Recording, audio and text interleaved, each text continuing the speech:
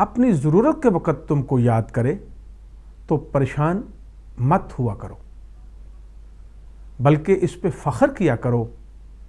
کہ اس کو اندھیروں میں روشنی کی ضرورت ہے اور وہ تم ہو۔ سبحان اللہ، کیا خوب فرمانے جناب امیر علیہ السلام ہے، اور کیا اس میں حکمت ہے۔ ان کی کوئی بات بھی، کوئی لفظ بھی،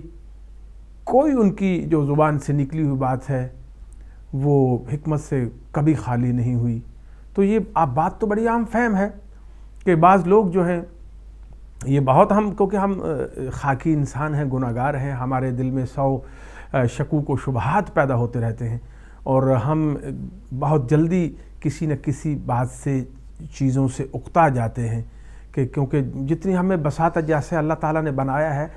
انسان کا جو ہے عمل کرنے کا طریقہ کار تو وہی ہے، لیکن یہ زیادہ تر جو ہے یہ اکتا جاتا ہے چیزوں سے، کیونکہ یہ خاکی ہے، گناہ گار ہے۔ تو ہم بعض دفعہ یہ دیکھتے ہیں کہ جس کسی شخص کو ہم بہت اپنا قریبی یا عزیز یا دوست مانتے ہیں، تو آپ یقیناً اپنی طرف سے حکم بھی ہے کہ آپ اپنی طرف سے اپنا جو ہے فرض نبھائیے۔ ہم دیکھتے رہتے ہیں کہ آپ توقع کرتے ہیں کہ وہ آپ کو ملے، آپ سے آ کے جو ہے زندگی میں جو ہے اپنے جو ہے جیسے وہ زندگی گزار رہا ہے، تاکہ جو مقصد انسانیت ہے، تخلیق کائنات ہے، وہ پورا ہو سکے۔ تو بعض لوگ جو ہیں صرف، بعض لوگوں کی عادت ہوتی ہے، اور یقیناً اور بندہ جو ہے، انسان جو ہے یقیناً کسی دوسرے کے پاس جب کسی غرض سے جاتا ہے تو یہ بھی ایک زندگی کا حصہ ہے۔ تو کئی جو ہمارے محترم جو ہوتے ہیں ہمارے سوسائٹی میں، معاشرے میں، تو جب ان کو ضرورت پڑتی ہے تبھی وہ کسی کا جا کے دروازہ جو ہے وہ کھٹکھٹاتے ہیں، دستک دیتے ہیں، اور اپنا جو سوال ہے وہ پیش کرتے ہیں۔ تو جناب امیر علیہ السلام نے یہ فرمایا ہے کہ جب کوئی آپ کے لیے سوال لے کے آتا ہے یا کوئی غرض ظاہر کرتا ہے، تو ایک تو بات یہ سمجھنی چاہیے کہ سوال بندہ اس وقت ہی کرتا ہے محترم کہ جب اس کا کہیں چارہ نہیں چلتا، جب اس کے پاس کچھ نہیں ہوتا۔ تو حکم اسلام ہے، اور حکم ہماری جس فقہ پہ چلتے ہیں، اور حکم آئمہ یہ ہے، اور حکم انبیاء یہ ہے کہ جب کوئی آپ سے سوال کرے تو اگر اس کا پورے کا پورا تم اس کا حق ادا نہ کر سکو تو کم از کم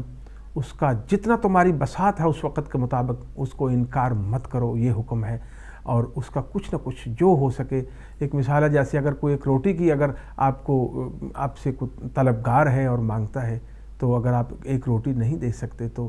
چند نوالے ضرور دیجئے، تاکہ اس سوال کرنے والے کا جو ہے کم از کم کچھ نہ کچھ تو اس کا جو ہے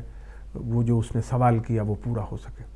تو جناب امیر یہی فرما رہے ہیں کہ جب کوئی انسان آپ سے آ کے سوال کرے یا غرض اپنی ظاہر کرے تو اس پہ آپ پریشان نہ ہوا کرو، اور یہ مت سوچنے بیٹھ جاؤ کہ یار اس نے ماضی میں میرے ساتھ کیا کیا، یہ میرے ساتھ کیا کرتا رہا ہے۔ آپ یہ دیکھو کہ وہ آپ کے پاس آ گیا ہے۔ تو آپ کو چاہیے جناب امیر علیہ السلام کا فرمان اپنے ذہن میں رکھتے ہوئے کہ اس بات پہ جناب امیر نے جب کہا کہ اس پہ فخر کرو کہ اس نے، وہ شخص جو آپ کی خدمت میں حاضر ہو گیا ہے، اس نے یقیناً اپنے ارد گرد چاروں طرف جو ہے وہ نظر دوڑائی ہوگی، اس کے اور بھی یار دوست احباب ہوں گے، تو اس نے آپ کو منتخب کیا کہ ایک وہ انسان ہے جس سے میرا جو ہے یہ مقصد، یہ میری غرض جو ہے وہ پوری ہو سکتی ہے۔ تو اس بات کو، یہ واقعی قابل فخر بات ہے کہ آپ فخر محسوس کیا کرو اور پریشان مت ہوا کرو، کیونکہ وہ بیچارہ جو آپ کی خدمت میں حاضر ہو گیا ہے، اس کے کون سی تکلیف ہے، کون سی غرض ہے، اللہ جانے وہ کس غرض سے کن اندھیروں میں وہ بھٹک رہا ہے، اور آپ ہی واحد ایک روشنی کی کرن ہو جو آپ نے اس قابل آپ کو سمجھا تو وہ آپ کی خدمت میں حاضر ہوا۔ تو اس پہ جو ہے انہوں نے یہ بار بار، یہ میں اس لیے کر رہا ہوں کہ ہم لوگوں کو چاہیے کہ ہم اس بات پہ، اگر کوئی چاہے سال میں ایک بار بھی آپ کے پاس آپ کا اپنی غرض لے کے آپ کی خدمت میں حاضر ہو رہا ہے یا آپ کے پاس آ رہا ہے، تو اس کے وہ سال نہ آنے پہ مت جائیے کہ وہ آپ سے ایک سال بھر آپ سے ملاقات نہیں اس کی ہوئی۔ اس بات پہ جائیے کہ ہمارا جو ہے مذہب کیا کہہ رہا ہے، ہمارے جو آئمہ ہیں وہ کیا کہہ رہے ہیں، ہماری کتاب پاک کیا کہہ رہی ہے، اس کے مطابق چلتے ہوئے، اس پہ عمل کرتے ہوئے اس انسان کی جو ہے وہ غرض پوری کیجئے۔ وہ غرض پوری کرنے سے جب انسان خوش ہوگا تو آپ سمجھیے کہ آپ انسانیت کا بھلا کیا۔ جب انسانیت کا بھلا کیا تو دیکھ لیجئے کہ اللہ تعالیٰ اور پنجتن پاک اور آئمہ اور انبیاء آپ پہ راضی ہوئے۔ تو دعا ہے کہ اللہ تعالی ہم کو انہی راستوں پہ چلنے کی توفیق عطا فرمائے جو عین اسلام، قرآن پاک، انبیاء اور ائمہ کے فرمودات کے عین مطابق ہے۔ آمین ثم آمین۔ بہت شکریہ ظفر بھائی، اور بالکل اللہ تعالیٰ ہمیں توفیق عطا فرمائے کہ ہم ان جو فرمان ہے اس پر عمل کرنے کی توفیق عطا فرمائے، اور محمد و آل محمد کے راستے پر چلنے کی توفیق عطا فرمائے۔ ناظرین، آپ کو معلوم ہے کہ ہمارا جو اس آور کا آخری سیگمنٹ ہوتا ہے وہ آج کی خبریں ہوتی ہیں، اہم خبریں، حالات حاضرہ کے بارے میں آپ سے بات کرتے ہیں۔ کوئی جو ہمیں لگتا ہے کہ کچھ خبر جو ہے وہ اہم ہے وہ آپ کو بتاتے ہیں۔ آپ بھی ہمیں آ کے بتائیں کہ اگر کوئی آج کی خبر جو ہے آپ کو بہتر لگ رہی ہے اور آپ سمجھتے ہیں کہ اس پر ڈسکس کرنا چاہیے اپنے باقی بہن بھائیوں کے ساتھ، تو آپ کو موسٹ ویلکم کہتے ہیں۔ آپ کے لیے فون لائنز کھلی ہیں کہ آپ خبروں پر تبصرہ کر سکیں، اور اپنی اگر کوئی آپ سمجھتے ہیں کہ اہم خبر آپ کو بھی ملی ہے تو آپ وہ ہمیں شیئر کر سکتے ہیں ہم سے۔ اس کے علاوہ ہم آپ کو، میں اور ظفر بھائی بھی کوشش کریں گے کہ ہمارے پاس جو بھی اہم خبر ہے وہ آپ تک پہنچا دیں اور اس پر تبصرہ کریں۔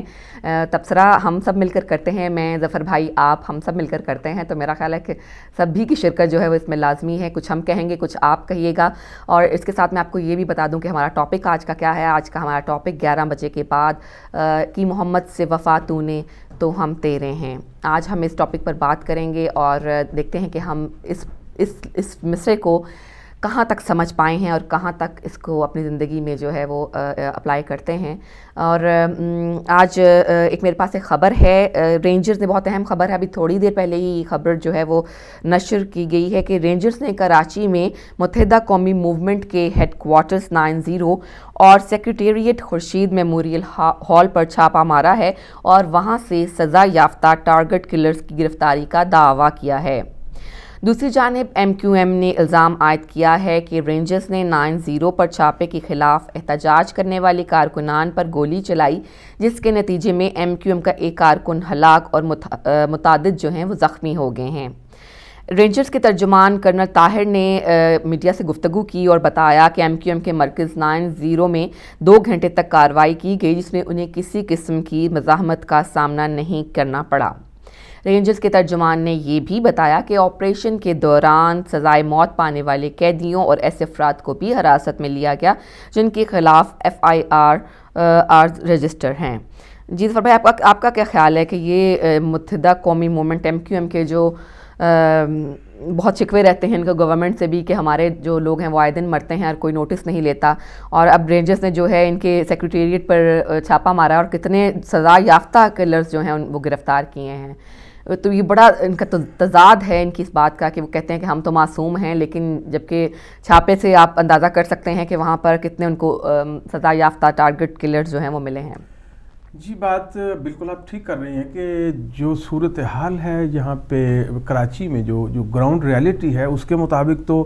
ہم کس کو کیا کہیں۔ میں تو یہ سمجھتا ہوں کہ ایک مثال مجھے یاد آ رہی ہے کہ جیسے کہتے ہیں کہ ایک گلاس پانی کا جب بھرا ہو تو اس میں آدھا پی لیا جائے تو اس کو رکھ دیا جائے، تو جب رائے جو ہے وہ کسی کو بولو کہ رائے قائم کرو وہ خالی گلاس کے بارے میں، تو میں تو یہ کہوں گا کہ ہے تو جو سامنے نظر آ رہا ہے کہ آدھا گلاس جو ہے وہ بھرا ہوا ہے اور آدھا خالی ہے، تو میں تو ایک درمیان میں رہتے ہوئے یہی بات کروں گا کہ اگر ہم متحدہ قومی موومنٹ کو دیکھیں، ان کی باتیں سنیں،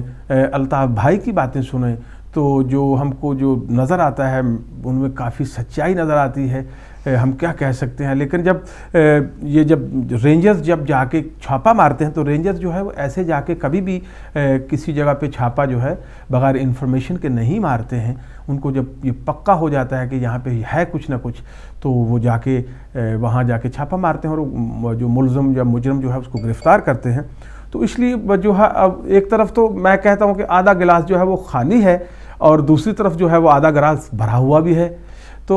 یہ تو جو گراؤنڈ ریالٹی ہے، ہم تو ملک سے باہر بیٹھے ہوئے، ہم تو انہی خبروں پہ چلتے ہیں جو ہمیں خبر رساں ادارے جو ہیں وہ فراہم کرتے ہیں۔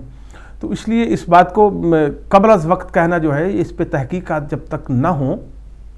تو جب میں ہمیشہ جو ایک بات کہتا ہوں، نہ ہم اس بات کی مذمت کرتے ہیں اور نہ ہم اس بات کی تردید کرتے ہیں، لیکن دیکھتے ہیں کہ آگے دیکھیے ہوتا ہے کیا، کہ کیا آگے اس میں کچھ جو تحقیق جو ہے وہ تصدیق کے بعد کیا سامنے آتا ہے۔ تو وہ ملزم جو ہے وہ جیسے سحر صاحبہ نے پڑھا کہ وہ پکڑا گیا ہے، وہ مجرم جو ہے وہ فیصل موٹا اس کا نام ہے، وہ وہاں سے پکڑا گیا ہے. اور الطاف صاحب نے جو الطاف جو قائد ہیں متحدہ موومنٹ کے، انہوں نے کہا کہ یقیناً جو آپ جو ہے اپنے عوام کو انہوں نے کہا کہ صبر و تحمل سے کام لیں اور اپنے جذبات پہ قابو رکھیں. یہ انہوں نے اپنے بلکہ پورے پاکستان کے جو عوام ہیں ان سے بھی کہا ہے، اور بالخصوص جو ہے یہ جو قومی متحدہ موومنٹ کے جو لوگ ہیں، جو ان کے کارکنان ہیں، ان کو یہ خاص ہدایت ہے. تو اس کے بعد اس پہ زیادہ ہی خبریں ہیں، مطلب وہ چند زاویے میں پڑھ دیتا ہوں. وہ یہ ہے کہ 9/0 پہ چھاپا انتہائی تشویشناک ہے فاروق ستار. اور اس کے بعد یہی کچھ ان کے اپنے جو کمنٹس ہیں وہ دے رہے ہیں. تو جو ہے وہ ایک اور خبر وہ یہی اسی سے متعلق ہے کہ 9/0 پر کارروائی ملزمان کی موجودگی کی اطلاع، میں نے جیسے عرض کی کہ جو ہے وہ اطلاع پہ ہی کی گئی ہے کہ وہاں پہ کچھ ایسا جو ہے سسپیشیس ہے، تو جس وجہ سے رینجرز وہاں پہ کارروائی کی اور وہ ملزمان کو وہاں سے گرفتار کیا. اور ایک شخص بھی پتہ چلا ہے کہ وہ جو ہے وہ جاں بحق ہو گیا ہے. اور اس کے علاوہ جو اور ایک خبر ہے جو ملیحہ لودھی ہیں، وہ اقوام متحدہ میں انہوں نے اپنی جو ہیں ذمہ داریاں جو ہیں وہ سنبھال لی ہیں. یہ بھی ایک خبر تھی. اور اس کے بعد آگے چلیں تو دیکھتے ہیں کہ امریکہ نے اپنا جو نیا پاکستان کے لیے جو سفیر مقرر کیا ہے اس کا نام ہے ڈیوڈ ہیکل. انہوں نے نیا جو ہے وہ اپنا سفیر پاکستان کے لیے جو منتخب کر دیا ہے، تو وہ بھی آپ کو ہم نے عرض کر دیا. اور اس کے بعد ایک اور خبر جو ہے کہ لاہور موٹر وے کی تعمیر کا کام جو ہے وہ آج سے باقاعدہ طور پہ جو ہے شروع ہو گیا ہے. تو اللہ تعالیٰ کرے کہ وہ جو ہے وہ اپنے پایہ تکمیل تک پہنچے. اور اس کے بعد اور ایک خبر، یہ چند خبریں اس لیے پڑھتے ہیں کیونکہ زیادہ آج مرکز جو ہے ہم سمجھتے ہیں کہ آپ یہ جو 9/0 پہ واقعہ ہوئے کہ تمام جتنے بھی باخبر ذرائع ہیں، جس ٹی وی کو بھی آپ آج چینل آن کریں گے تو وہاں پہ یہی خبر ہے اور یہی باتیں چل رہی ہیں. اس لیے جو مین خبر آج کی ہے وہ آپ سمجھتے ہیں وہ 9/0 پہ چھاپا ہے، اس پہ آپ اگر کوئی تبصرہ کرنا چاہیں تو ضرور کیجیے گا. یہ باقی جو ہیں خبریں وہ ضمناً ہم آپ کی خدمت میں عرض کر رہے ہیں کہ تاکہ آپ کو دوسری باتیں جو ہیں وہ آپ کے سامنے رکھی جا سکیں. تو اس کے علاوہ جو کہتے ہیں عمران خان کہتے ہیں لوگ مکمکا کر کے پارلیمنٹ میں بیٹھے ہیں. عمران خان کا یہ کہنا جو ہے یہ شاید کسی حد تک درست بھی ہے کہ جیسے یہ پچھلے دنوں پارلیمنٹ کے الیکشن میں یا سینٹ کے الیکشن میں یا ایم پی ایم ایل جو آتے ہیں تو ان کا کسی حد تک یہ کہنا جو ہمارے سامنے جو باتیں آتی ہیں اس کو اگر دیکھا جائے تو کچھ ایسا لگتا بھی ہے کہ واقعی مکمکا کر کے یہ پیسے کی دوڑ ہے اور میٹیریلزم کا جو ہے جو راج ہے. تو یقیناً جو آج کل جو لوگ ہیں وہ حقیقت پسندانہ جو ہیں وہ تھوڑے کم ہو گئے ہیں. تو یہ عمران خان صاحب کی بات بھی جو ہے یہ یقیناً معنی رکھتی ہے. اور اس کے بعد ایک اور خبر جو ہے وہ آپ کی خدمت میں ہم عرض کر دیں کہ سوابی میں 3 دہشت گرد مارے گئے ہیں. ایک اہلکار بھی جو ہے سوابی میں جو دہشت گردوں پہ جو ایک جو ان کو چھاپا مارا گیا یا ان کا جو ایک مقابلہ ہوا ہے پولیس کے ساتھ، اس میں 3 دہشت گرد جو ہیں وہ مار دیے گئے ہیں اور ایک اہلکار جو ہے وہ زخمی. اور 9 لوگ جو ہیں وہ اللہ جانے اب اس میں ظاہر نہیں کیا ہوا کہ 9 لوگ کون ہیں، 9 لوگ زخمی ہیں. تو اس میں یہ بھی کیسا تھا. اور اس کے بعد اور کراچی میں ایک اور جو ہے وہ واقعہ ہوا ہے صدر اور آرام باغ میں فائرنگ. یہ کچھ میں اس لیے اس کو مکمل نہیں پڑھوں گا کہ اس کا خبر کا مجھے خود سمجھ نہیں آ رہی کہ اس کی ہیڈنگ کیا کہہ رہی ہے. اور اس کے بعد بہن کی طرف چلتے ہیں وہ کیا کہتی ہیں تاکہ یہ ملا جلا تھوڑا جو ہے یہ سلسلہ چلے اور آپ بھی اتنی دیر میں آ جائیں اور کچھ نہ کچھ اگر کو کہنا چاہتے ہیں 9/0 کے متعلق تو کچھ کہیے گا. جی شاید آپ لوگوں کو معلوم ہو کہ UNHR کی طرف سے منگل کو خیبر پختونخوا کے مقامی اخبارات میں ایک اشتہار شائع کیا گیا تھا جس میں کہا گیا تھا کہ ایسے مہاجرین جو رضاکارانہ طور پر اپنے وطن جانے کا فیصلہ کر چکے ہیں ان کی محفوظ اور باوقار وطن واپسی کے لیے تعاون کیا جائے گا. اشتہار کے مطابق یہ اس میں لکھا گیا تھا کہ ایسے افغان مہاجرین جس کے پاس پروف آف رجسٹریشن یا POR کا کارڈ موجود ہو جس کی میعاد اس سال کے آخر میں ختم ہو رہی ہو ان کو افغانستان واپسی پر جو ہے میں آپ کی خبر جو ہے بعد میں کمپلیٹ کروں گی. پہلے کال لے لیتے ہیں. ہیلو السلام علیکم. وعلیکم السلام. یہ میں شہزاد بول رہا ہوں جرمنی سے. جی شہزاد صاحب کہیے گا. یہ کہنا چاہتا ہوں کہ بہرحال جو کچھ آج کراچی میں حکومت نے کیا رینجر نے یہ بہت غلط کیا ہے.